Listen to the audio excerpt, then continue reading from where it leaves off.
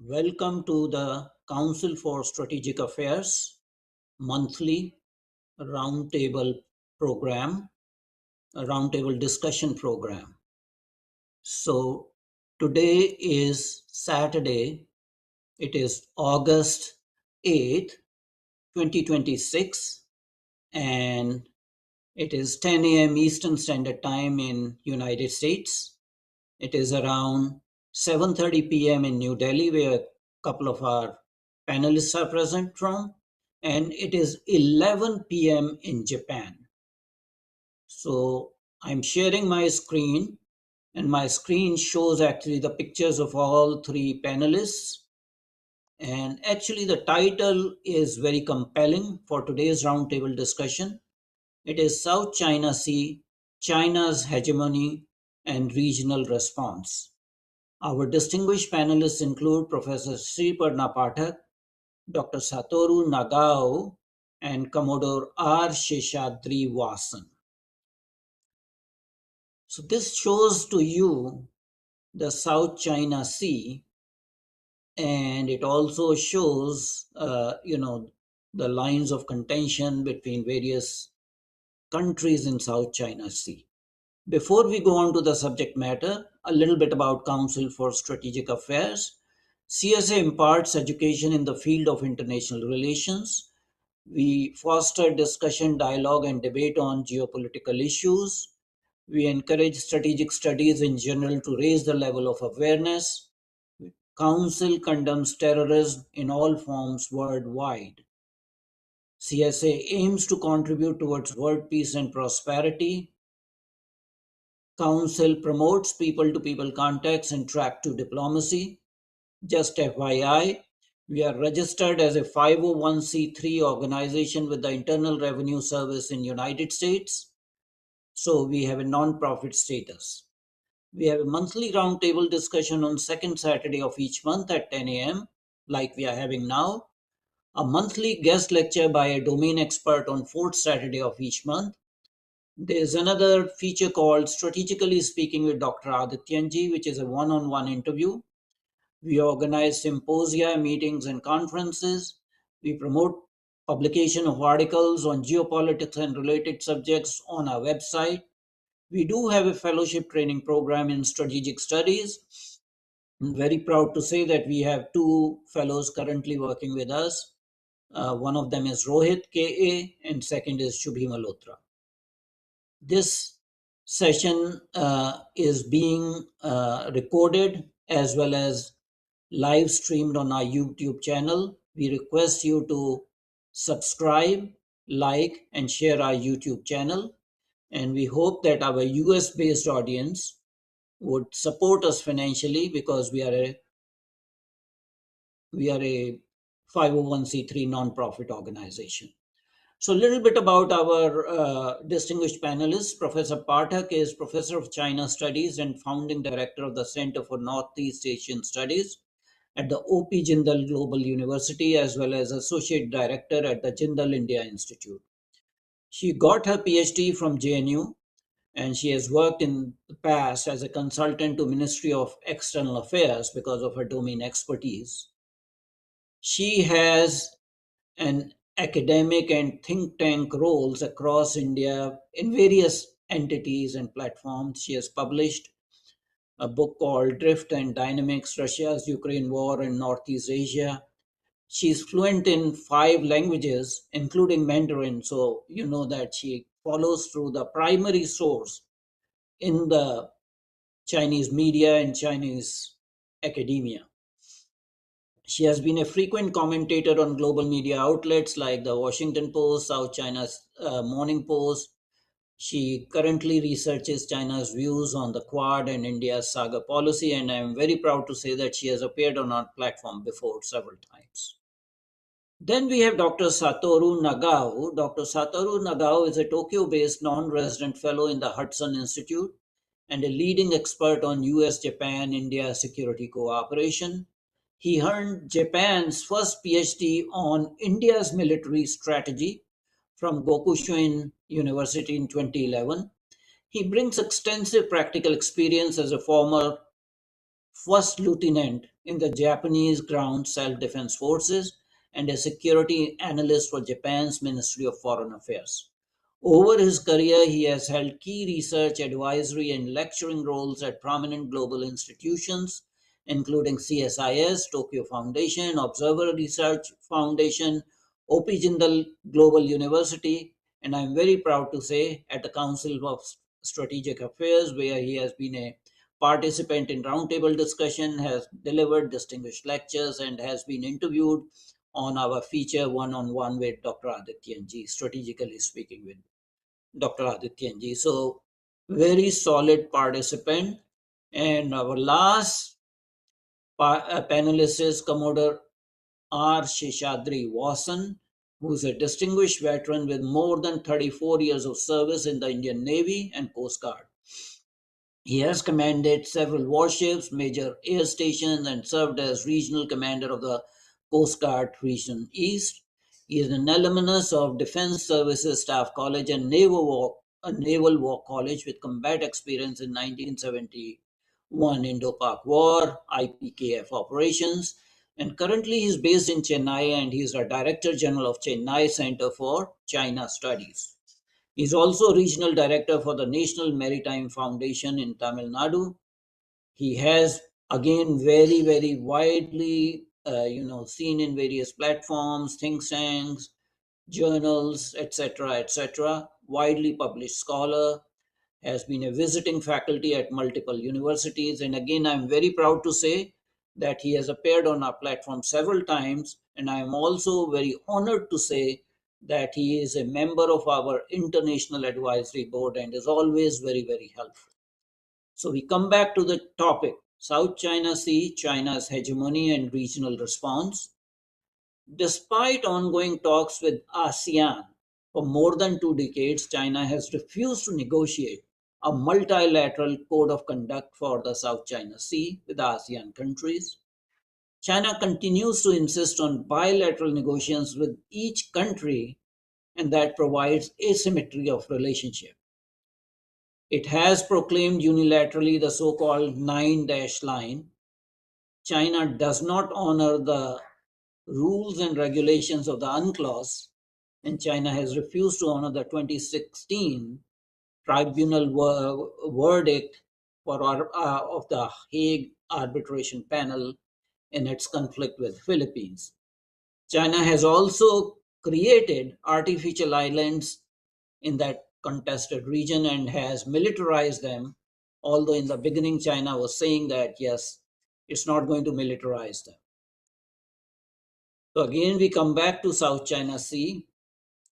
Before I invite our panelists to give their presentations, my request to the audience members is please mute yourself to avoid noise interference. Change your cell phone setting to vibration mode. Please do not interrupt our esteemed panelists. Only those members of the audience who identify themselves will be allowed to ask questions. All the questions are moderated through the chat room. Please be very specific and precise in asking a question. Please do not send detailed comments in the form of a monologue. This program is being recorded. It will be available later on our website. It's also being live streamed on our YouTube channel. Please like, share, and subscribe our YouTube channel.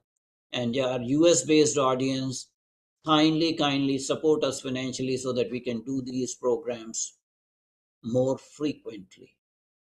So at this point in time, I would like to invite our first distinguished panelist, Professor Sriparna Pathak, to give her opening statement. Professor Pathak, please, the platform is yours. Thank you so much, Dr. Adityanjee. Thank you for the warm and gracious welcome. It's always an honor and privilege to be on this platform. And thank you, CSA. Quickly jumping into the topic, the South China Sea constitutes one of the most strategically contested maritime spaces in the contemporary Indo-Pacific.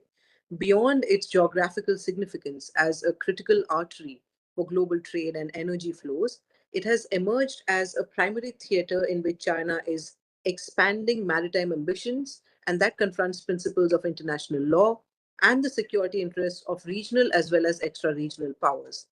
In the next few minutes, what I'm going to do is that I'll outline the nature of Chinese hegemony in these waters, the varied responses of Southeast Asian states, the particular stakes and policy orientation of India. Now, if you look at the map of the Indo-Pacific, it just looks like a stretch of water, almost like an afterthought, wedged between the southern coast of China and the northern shores of Southeast Asia. And this becomes the South China Sea. On paper, it might just seem like just another body of water. In reality, it has become the clearest stage where China's ambition for regional dominance is playing out and where the rest of us are forced to decide how to respond. China's claim is extraordinary. Through this so called nine dash line, Beijing asserts historic rights over roughly 90% of the South China Sea.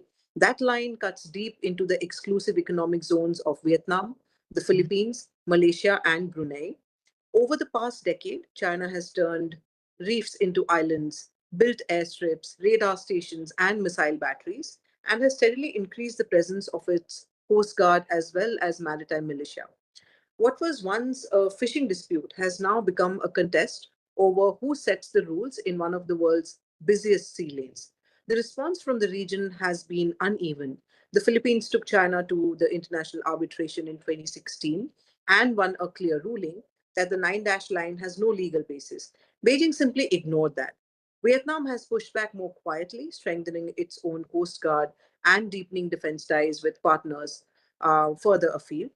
ASEAN as a group has had mixed responses, and it often seems that it has struggled to speak with one voice. Some members prefer quiet accommodation, others want a firmer collective stance. The result is a kind of strategic paralysis which China has learned to exploit. Now, from India's standpoint, this is not a distant quarrel. Nearly 55% of our trade passes through the South China Sea and the Straits of Malacca. Our energy imports, our manufacturing supply chains, and the security of our eastern seaboard are all linked to the freedom of these waters. When a single power tries to rewrite the rules of navigation and tries to turn international waterways into its own backyard, every trading nation has a stake, India more than most. That's why New Delhi's approach has been consistent, if understated. India has repeatedly stated that the South China Sea disputes have to be resolved according to the UNCLOS or the United Nations Convention on the Law of the Sea. India does not take sides on the sovereignty claims, but has insisted that freedom of navigation and overflight cannot be compromised. In practice, this has meant closer maritime cooperation with Vietnam, with the Philippines, with Indonesia, joint naval exercises, capacity building for smaller navies, and a steady diplomatic push inside the Quad and other Indo Pacific forums. India's Act East policy and the broader Indo Pacific vision, they're not just mere anti China slogans. They are recognition that a rules based international order in these waters serves everyone's long term interest, including China's. A China that feels it can redraw maritime boundaries by force or by creating facts on the ground will eventually test other frontiers as well. We have already seen how assertiveness in the South China Sea has paralleled pressure along the line of actual control. The two theaters are not identical, but the mindset behind them is very much related. Now, what could India do going forward? First, we need to keep investing in the capacities of our Navy and Coast Guard so that our presence in the region remains credible as it has been, and it's not just symbolic. Second, we have to continue quiet, practical support to Southeast Asian partners without turning every engagement into a public confrontation. Third, we have to continue working with like minded countries like Japan, like Australia, like the US, and increasingly European partners as well to keep the diplomatic and legal pressure on any attempt to change the status quo by coercion. A stable Indo Pacific is essential for India's own national interests. And the South China Sea is not just about rocks or just about reefs. It's a test of whether international law still has meaning when a major power decides that the rules no longer suit it. So I'll just quickly end my opening thoughts here. And thank you so much for your patience. Thank you very much indeed, Professor Pathak, for briefly summarizing the whole situation. And I'm very glad that you kept your opening statement brief, so that will give us more time for discussion. Now it's my honor and pleasure to invite Dr. Satoru Nagao. He is joining us from Tokyo, Japan. It is like 11:15 p.m. in Japan right now.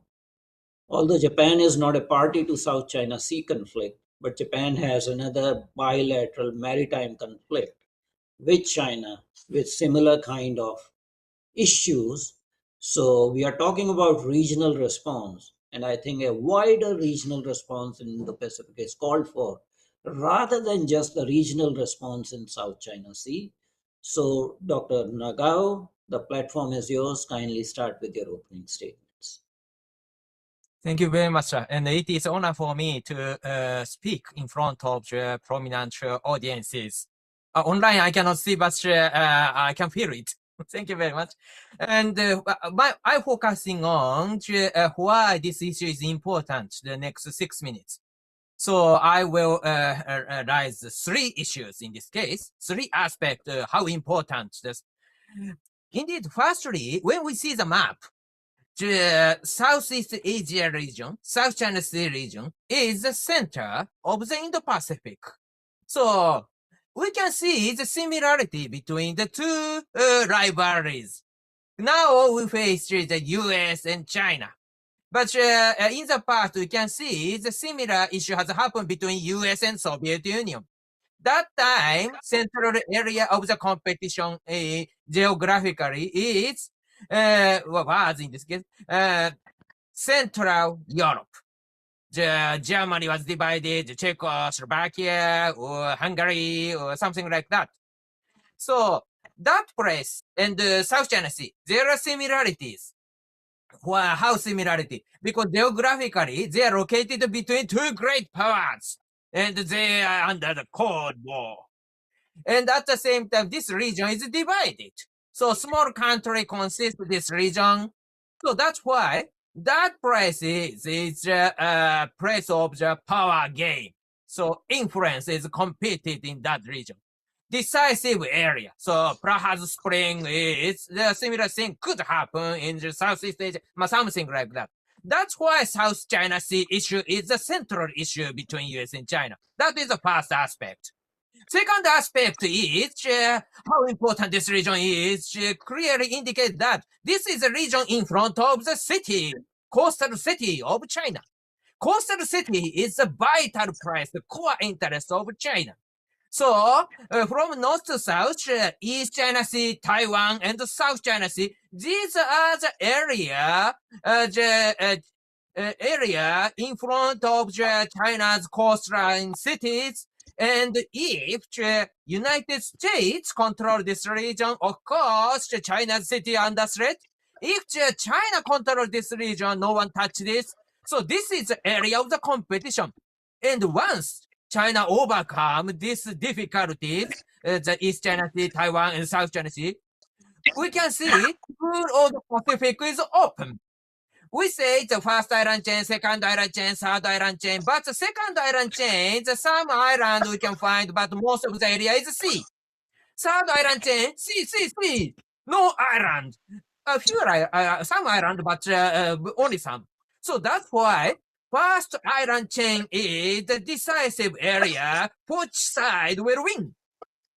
That is the most important. And so this is the second aspect. Third one, to prove the which side controls South China Sea, what kind of factor is very important? In this case, if China succeeded to deploy nuclear ballistic submarine in the South China Sea by protecting the fighter jet, the patrol plane, or naval ship deployed from the artificial island, in this case, no one will touch the South China Sea. So in this case, China controls South China Sea. Because if someone, for example, the United States intervenes, the issue is the South China Sea. If there is a nuclear submarine with a nuclear weapon, in this case, this could be the nuclear war issue. So that's why no one want to touch this region. So that's why once the China deploy the nuclear ballistic submarine under the protection of the conventional weapon came from artificial island in South China Sea, this will be decisive factor. That's why before China deploy, the US shows a strong presence ally of the United States, partner of the United States, must maintain the presence, and China cannot hide the nuclear ballistic missile submarine in South China Sea. In this case, this is a competitive area, not China controlled area. So that's why this is a line which side will win. So that's these three aspects is very important. How important the South China Sea? This is a competitive area. This is a decisive area for China's defense or America's containment. And or the third one is nuclear ballistic missile submarine is the key issue. Which side will win? But that's all of it. Thank you very much.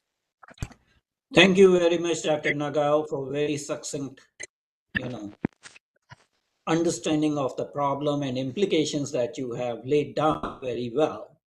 Now it's my honor and privilege to invite our last distinguished panelist, Commodore R. Seshadri Vasan, to give his opening statement. Commodore Vasan, Thank sir. you, Dr. Adityanjee. As always, a pleasure and honor to be part of your initiative. And I'm also grateful to you for regularly sending us your articles and insightful analysis to our website, which we very proudly carry. So, and therefore, my job perhaps has been made either difficult or easy because both the previous speakers have already said what is important in terms of, aligning with the title that you have given, Hegemony of China and Regional Response. So, what is very clear is that, it continues to harp on its historical rights. That from at times it is 9-line, at times it is 10-line, at times it is 11-line. So whatever is there, when you look at the map, it's up to 2,000 kilometers from the main. Now, how can you even say that, this is part of us, quoting some historical rights which are unproven? So most of these, apparently started off with 47 after the occupation of Japan Islands were returned. And, it continues to say that, whatever is within this, is important to us and therefore it belongs to us. The UNCLOS for which China's signatory as well as ratified, it does not uphold this norm to say that, whatever was historically is yours. It only justifies up to 200 nautical miles, which is the exclusive economic zone. And even on our own artificial thing, it won't be a sterile zone. Whereas here, it has gone ahead and built military bases, as was brought out by Dr. Satoru, and has tried to extend its reach both from the first defense, first island chain and the second island chain. So there is already built these artificial reefs, islands on which military bases have come up. There are huge runways which are there. So with this, what it has done is to extend its reach capability to contain America using the A2AD concept that it is. But within this so-called 9-line, it continues to have disputes with all the 6 countries out there. And from the Indian point of view, I would say it has to a certain extent opened up a different avenue of defense cooperation with Philippines. And also Malaysia now, who are looking at, getting the BrahMos, which is a proven version in Saga. So to some extent, I know India is a relevant, reliable player out there and a partner to some of the ASEAN countries who would like to shore up their own defenses against the military might of China. And, within this area, what we have noticed is that it's using the gray zone warfare. All its entire Coast Guard ships are being deployed. The fisheries fleets are going there. And just last week, the entire area of the mouth of the Spratly and the Scarborough Shoal, which they refer to as Huagan Dog, that was barricaded with the floating barriers. So this is the extent to which they can go. And there have also been issues related to the second Thomas Mount, where Philippines and China have had serious issues. And so this is a hotspot as far as we are concerned, and we are worried. When it comes to UNCLOS application, China says, okay, rules-based order, you keep talking about USA, but you're not ratified the UNCLOS, number one. Number two, whose rules are we talking about? And what rule-based order are we questioning? Because though you may have rule-based order, who's implementing it? It's not like the UN peacekeeping force at sea, which is coming there to say that we will maintain peace in this area. That's not happening. And what we saw last month was ramming, use of fire hoses by there was also a collision. So obviously things are hotting up. and it's a hotspot of great relevance to peace and security in the region. And the regional response has been that ASEAN, as was brought out earlier, also by Dr. Sriparna, is that the so-called COC has not taken off. The so-called code of conduct has remained on paper because China does not believe in dealing with a group. They would rather sort out issues bilaterally. This is advantageous. They can use the target countries with investments and with various other options which are there to contain the situation. So what we see is that increased use of military might, fisheries, and also just last week there was this announcement to say that they will use all force in the South China Sea and empower their Coast Guard. This is serious. The Coast Guard is empowered to arrest people and detain them for 60 days, without any reason, and there is no justification whatsoever. And then they're also trying to say that now the Huangguo, uh, the Dao region will be a national reserve. So they're trying to indirectly extend the application of law by all these unfair means.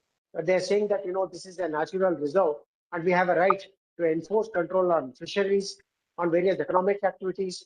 And so what we can see from the Indian point of view is South China Sea, as has brought out, is an important sea way for us.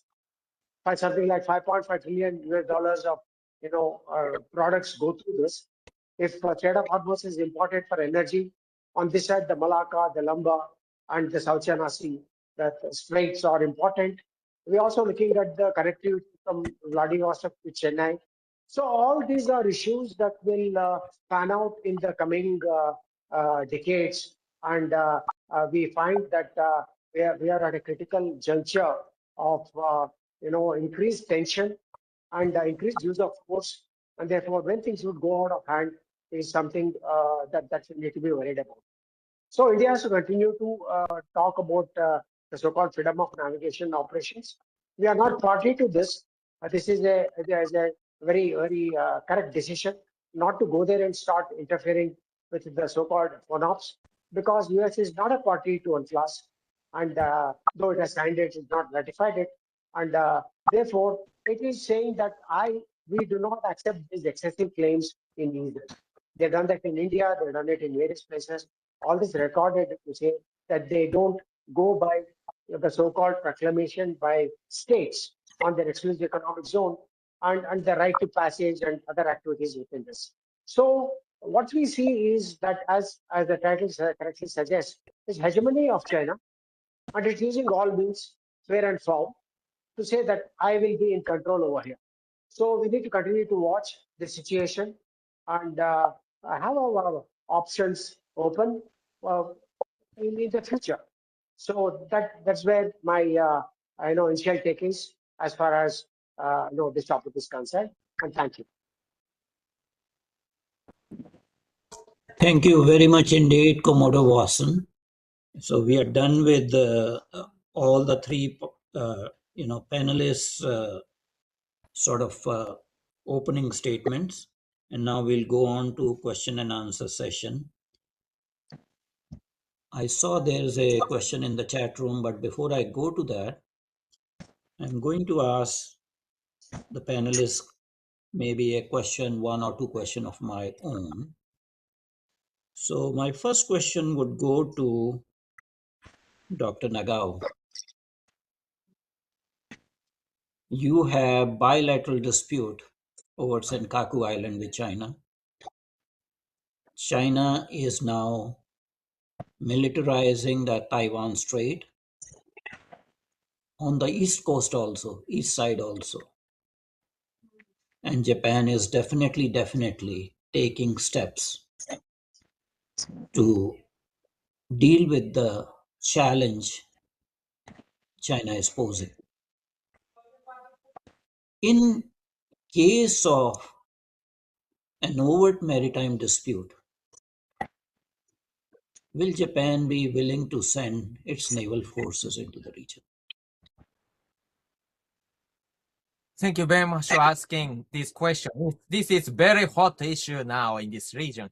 because China is worrying and repeatedly criticized Japan's new militarism, despite they spend 6 times bigger military expenses than Japan. So that's why this is very hot issue. But why this is hot? Because China wants Japan to be outside of the Taiwan crisis. And the Taiwan crisis, what is the most important is, indeed, if China deploys a military force in the Pacific side of Taiwan permanently, it will be decisive. Because how important the Pacific side of Taiwan is, firstly, if China continues to deploy the forces the Pacific side of Taiwan, this is the location of the U.S. need to cross to support Taiwan. And this is the location for this decisive location for the Taiwan's defense also. Because view from the geography, when China tried to invade Taiwan, indeed, Taiwan can stop the China's invasion in the middle of the island because there is a high mountain from north to south. So that's why in China still need to win in the ground battle in this case. But supporting the front line in the middle of the island of Taiwan, in this case, Pacific side, there are the many ammunition dump or underground air base, etc., etc. And all of the exit is open to the Pacific side.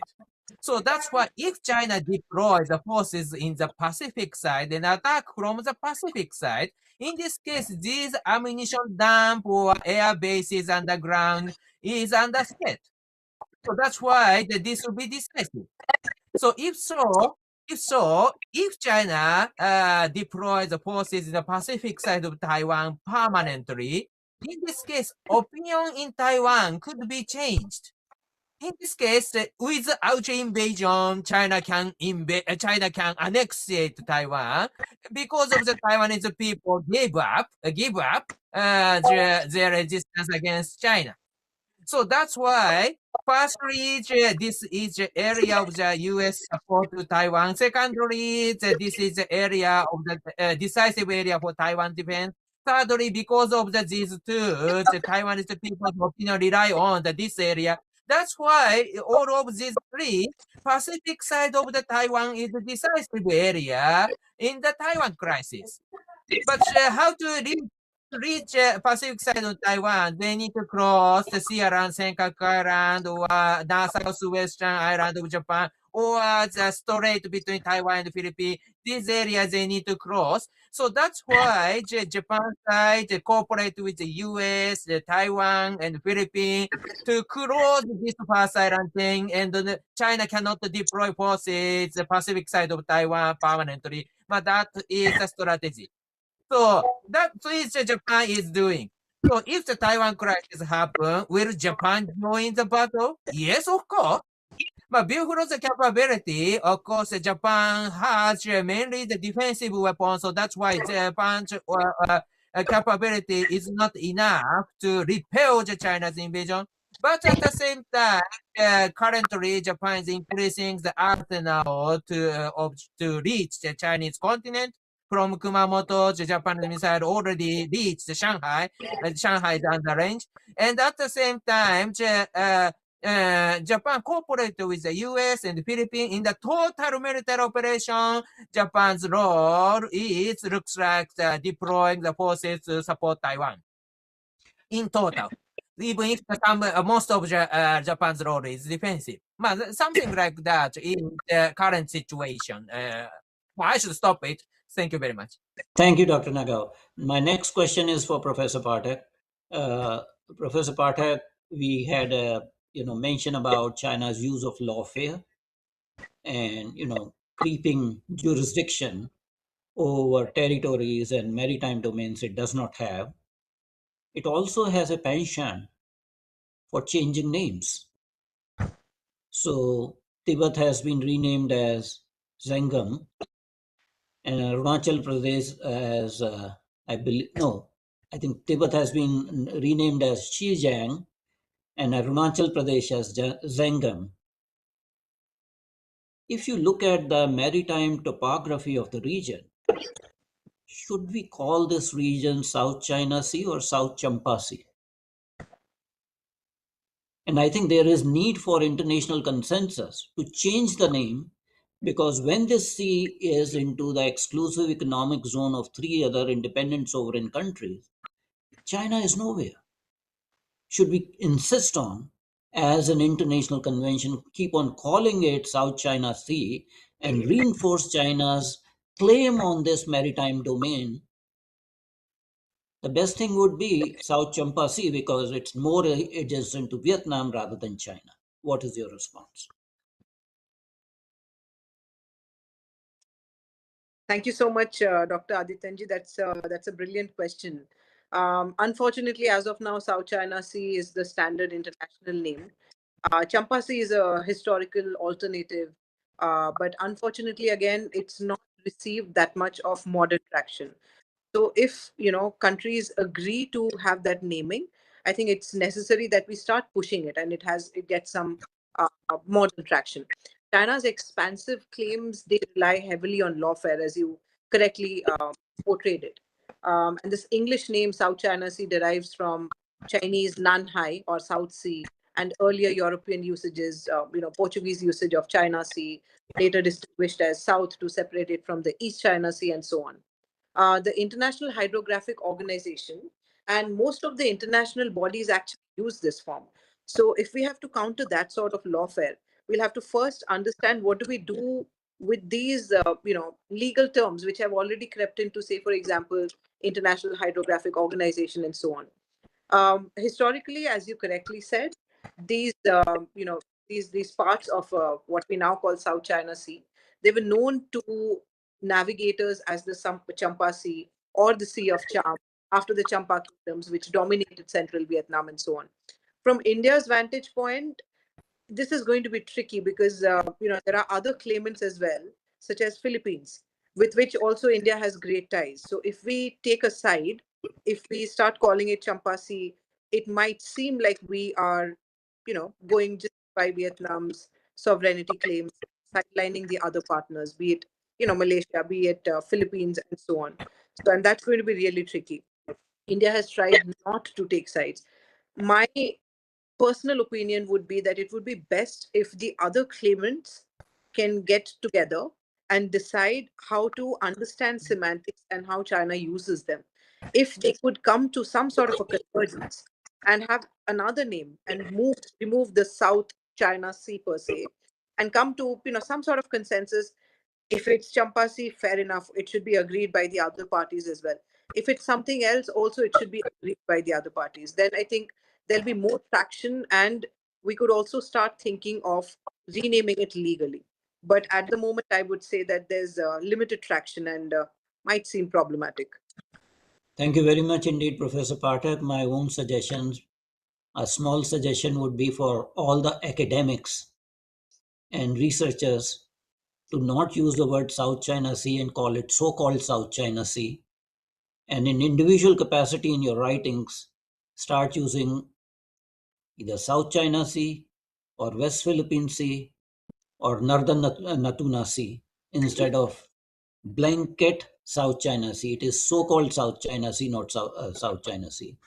My third question goes to Commodore Vasan, and we were talking about regional response, and Commodore Vasan talked about India's, response to this Chinese creeping hegemony. And of course, India cannot go into war, but India has taken very credible steps. And one of those steps is recently this, Tri Command at Andaman Nicobar Islands, the transshipment port in Nicobar Island, and recent agreement with Indonesia to develop Sabang port in Way Island.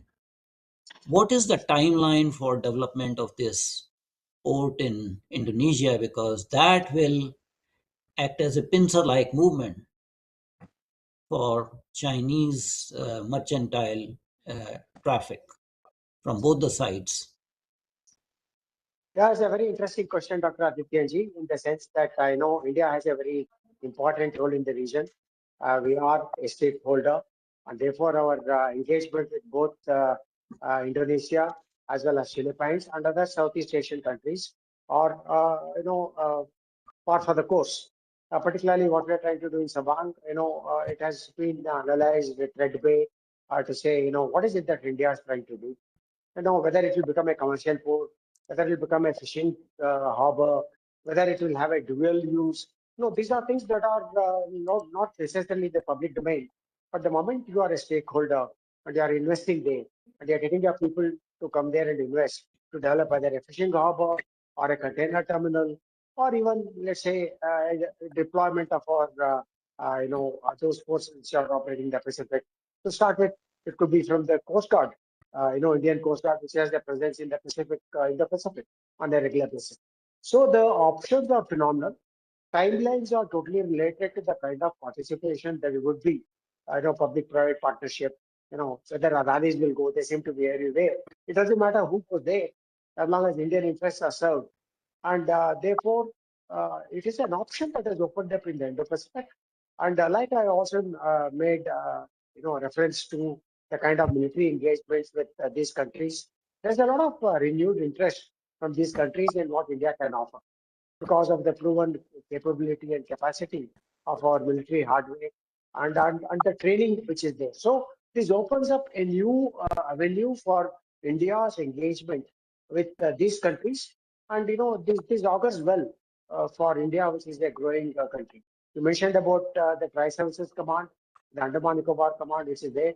After all, that's a great geographic advantage. Nobody can dispute it because the entire string of islands which are there today, we are looking at giving us the first warning and providing the kind of impetus for naval presence in these areas.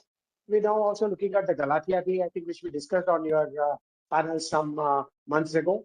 So that is another thing which is going to happen, which again allows India to have forward posturing and presence in the areas of great interest and relevance to us. I also mentioned about our engagement with Russia, with the Vladivostok. So that means more ships will start going from there. So the trade will increase.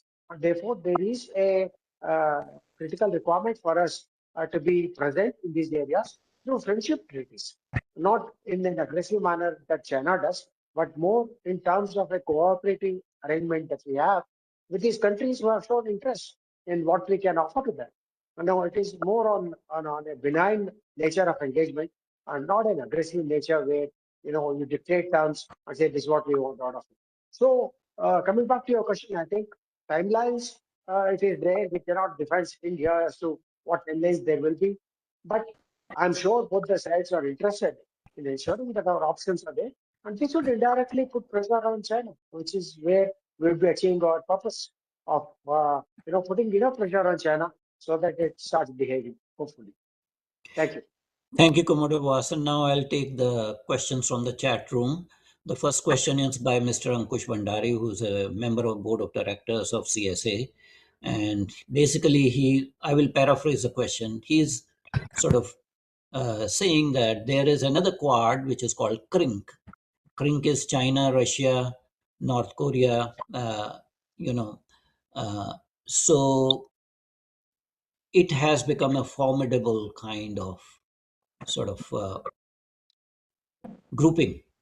And in order to sort of, counterbalance CRINC, he's asking if is there any need for US to develop again a new version of CATO or what they call Asian NATO, because Quad has gone into hibernation, which is true. There are certain logical fallacies in the question, I'm going to openly admit.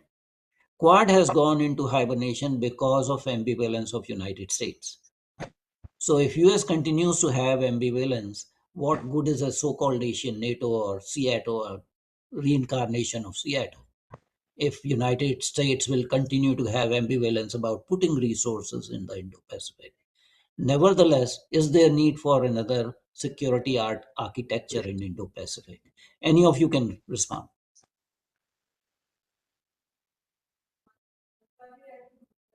Let me chip in. The Quad has been in hibernation, as you correctly said, and with the way that US has got bogged down in Iran, this is going to be very difficult for them to be. Just yesterday, there was a report to say that there is depleting stocks of ammunition and all that. So it might indirectly also increase the production and orders on the defense industrial base in America. But I don't think there is any sort of interest by the present dispensation in USA at least to start investing in another equivalent of Asian NATO.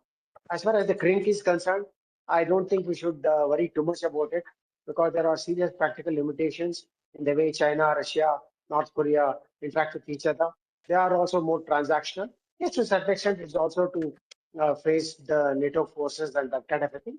But by and large, as of now, I don't think we need to worry seriously about whether there is another need for starting off another CRINC or whatever, or something to oppose CRINC. It's not necessary. And because there's a very fluid situation out there, and let America come out of the States of Hormuz first, and then let's see. Let's also wait for the midterm elections and see what happens. And thereafter, you'll find perhaps a amount of stability and equilibrium being restored in global order. Okay. I'll request other panelists to give brief response to, not lengthy response, but brief response to this particular. Sure. I'll quickly chime in. There are certain existing framework, and I don't believe there's a need for a full Asian NATO because legally and in terms of putting things together in the form of an Asian NATO is going to take time, at least 5 to 10 years. But there are like-minded partners, primarily Japan, South Korea, Australia, Philippines, India, which are building this lattice work or hub and spoke system, which is denser than it was during the Cold War. I'll give you the examples of trilaterals and minilaterals: US, Japan, South Korea, processes and follow-ons, US, Japan, Philippines, Australia. Then there is a squad style group. Then there is AUKUS. Quad, I know it is dormant, but yes, we still had the Quad foreign ministers meeting, so it's not completely dead and out. NATO Indo-Pacific 4 or the IP4, Australia, Japan, New Zealand, South Korea, they have engaged on shared issues, Ukraine support, North Korea, cyber tech, disinformation, and so on. So there is the understanding that there is a need to push back against Chinese aggression. If the US wants to join in, more than happy. But if not, there are other partners which are still working towards it. An Asian style NATO is simply not going to happen because that will need a binding mutual defense treaty, integrated command, automatic response, and historical attempts like Seattle or Pacific Pact ideas have not really taken off. So I don't think there's a need for an Asian NATO, but there are other groupings, and I think this is going to stay. Dr. Nagao, do you want to say anything on that question? Brief response, if please. possible, thank you, Mr. If possible, we should form, but it is impossible. That is the current situation, I think. Because when we see the map, the size of the Indonesia, including the sea between island and island, is the size of EU. So when we talk about NATO, indeed, the Mercator map indicates that this is a wider range of the alliance, but the reality is much smaller region, sharing culture, sharing the security interest, something like that. So in case of the Indo-Pacific, variety of the countries spreads the wider range. How to form the NATO is very, very difficult work. So that's why a little bit more natural and not strict cooperation has happened. And that is one kind of Asian NATO, not like the NATO, but could happen. But real Asian nature, maybe this is very tough job, I think. Thank you, Dr. Nagao. The next question is from Dr. Vinit Singh, who is from Canada, and he is also affiliated with Council for Strategic Affairs. Dr. Vinit Singh is basically the main substance of the question is, will greater US involvement in the region have more deterrent effect or will likely to provoke China more to show its aggression in the region?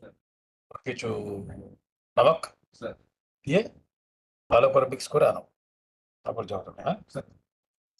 So anybody can take a stab.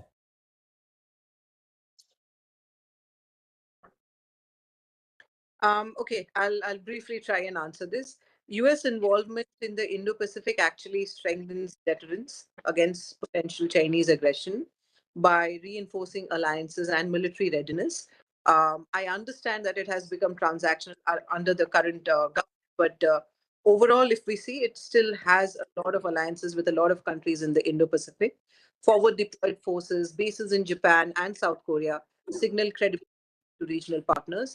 Freedom of navigation operations in the so-called South China Sea. They challenge excessive maritime claims. They uphold international law.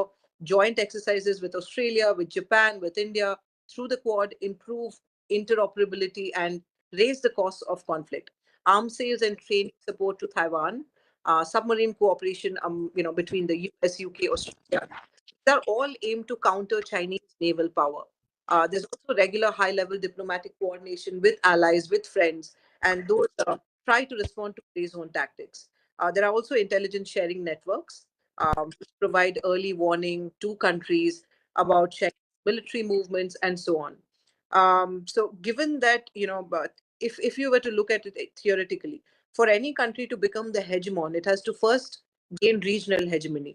Now, China wants to be the global hegemon, but the region that it lives in is Asia, or largely the Indo-Pacific. So it has been trying to increase its hegemony here. So having the world's still most powerful military and economy trying to push back is a plus point, I would say. So those are my comments in brief. Okay. Commodore Vasan. Yeah, just to compliment Dr. Pathak, it's very clear that we need America there. Who will apply pressure on China otherwise? They have the bases, they have the wherewithal, they are a dominant player. And recently, even the Indo-Pacific Command has become Pacific Command, saying that we reinforce our centrality of Pacific to our calculations. So it's a relevant, dominant player, and it's required to contain China to the extent possible. Without China, remove China from the equation, you find that Taiwan is no more, Philippines is no more, and therefore, even the psychological pressure that it has, China's only rival out there is US. So the AUKUS which is there, which is looking at the nuclear cooperation between Australia, US, and UK, and these are things that will continue to apply a lot of pressure on China. And let's not wish away the presence of USA. It's required. Let him continue to apply pressure out there. And while we maintain pressure, decide through our own mechanisms. It's important, in my opinion, that US continues. I don't think US is abandoning the Pacific in any case. Thank you, Commodore Vasan. Dr. Nagao. In this case, we should remember the history of the United States. Last 250 years, the US hasn't allowed any rivals to survive, including German, Japan, and the Soviet Union. Now China is the rival. Only country can change the number one status of the United States. So that's why the US will not abandon the China issue. China is the rival for the United States. In this case, the US involvement in this region is fixed. So US will not withdraw in this region, even if they try to withdraw from Europe or Middle East or others, if possible. But now, in case of China, US will intervene, and so that is fixed, and that is so they haven't withdraw. So that's why we cannot imagine US with situation US withdraw from this region. In simply said, that is my answer. Thank you very much. Okay.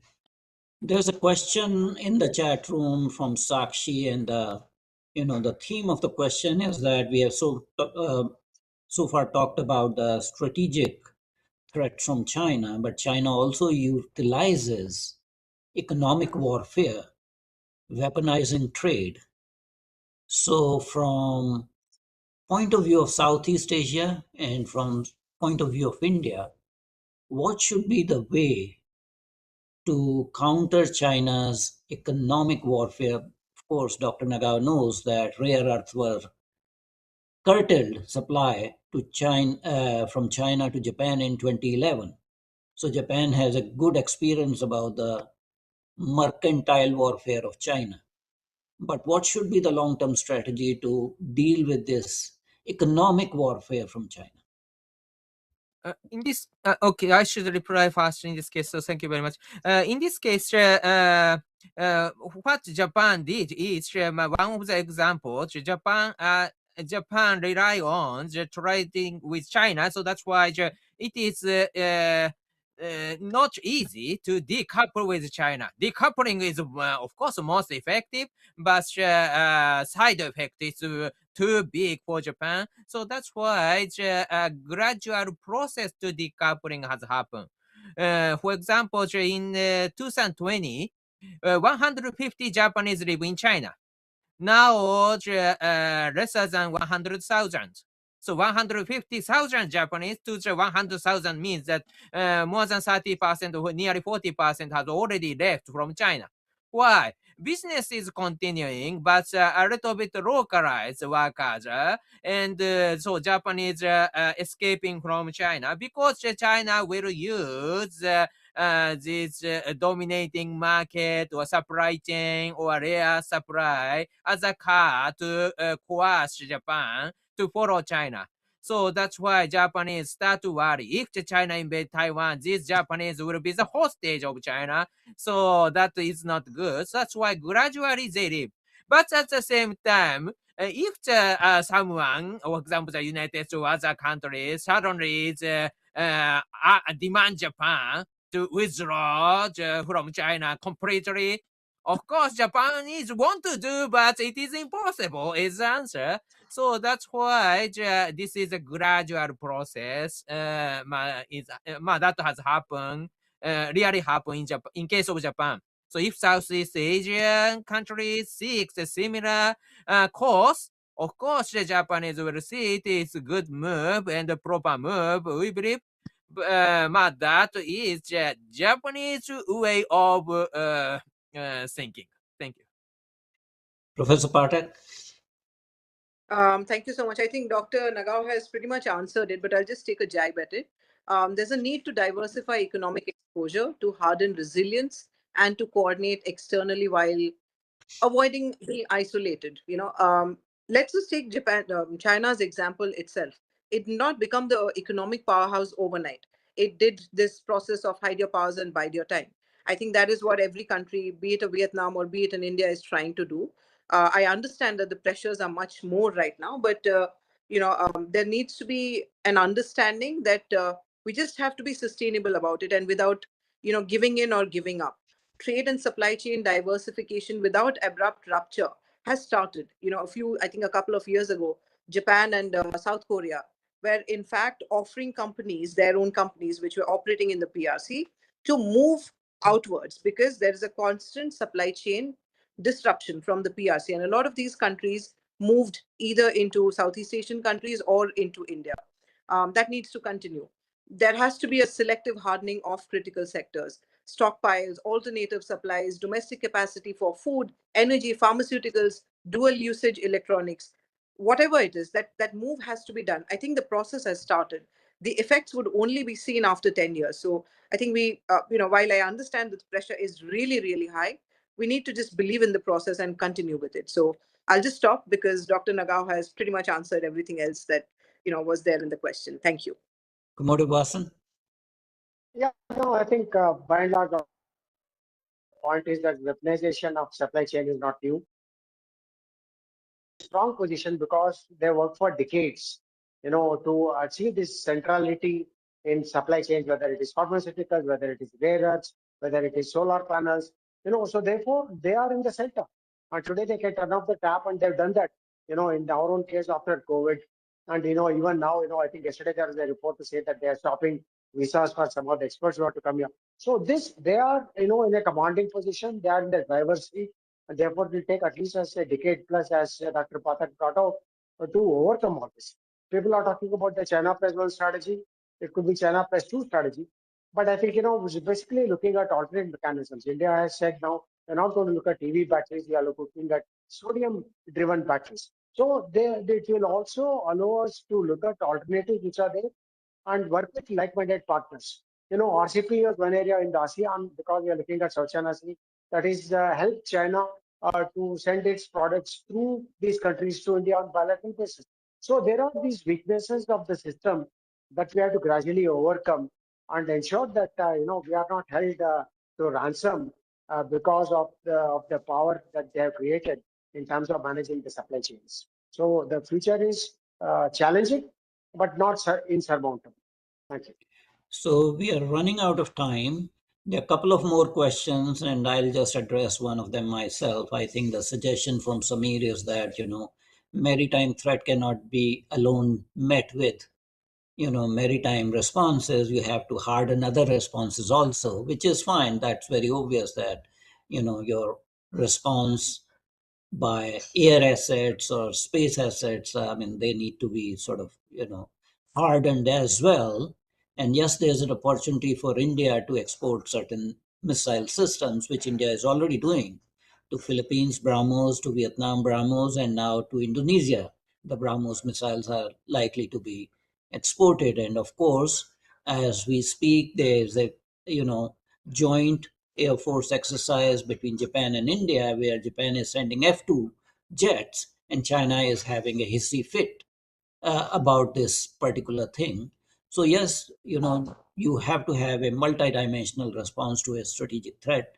And I think all the country has realized that China is not a benign power. It has hegemonic ambitions, and it's a malignant hegemon, not a benign hegemon.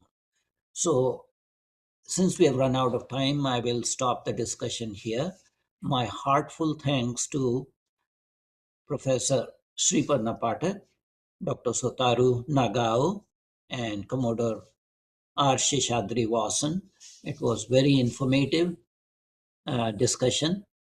I am also thankful to our, audience members, spending time of your weekend on this kind of discussion. And lastly, I am thankful to Team CSA for helping me, Mr. Ripudaman Pachori and Mr. Rajiv Verma, for helping me organize these kind of discussions. So with thanks to all, I'm ending this roundtable discussion. It was a pleasure to host all of you. Thank you so much. All the best. Have a Thank you wonderful so much. weekend. Yeah. Thank you Have so a much. wonderful weekend, everyone. Yeah. Thanks a lot.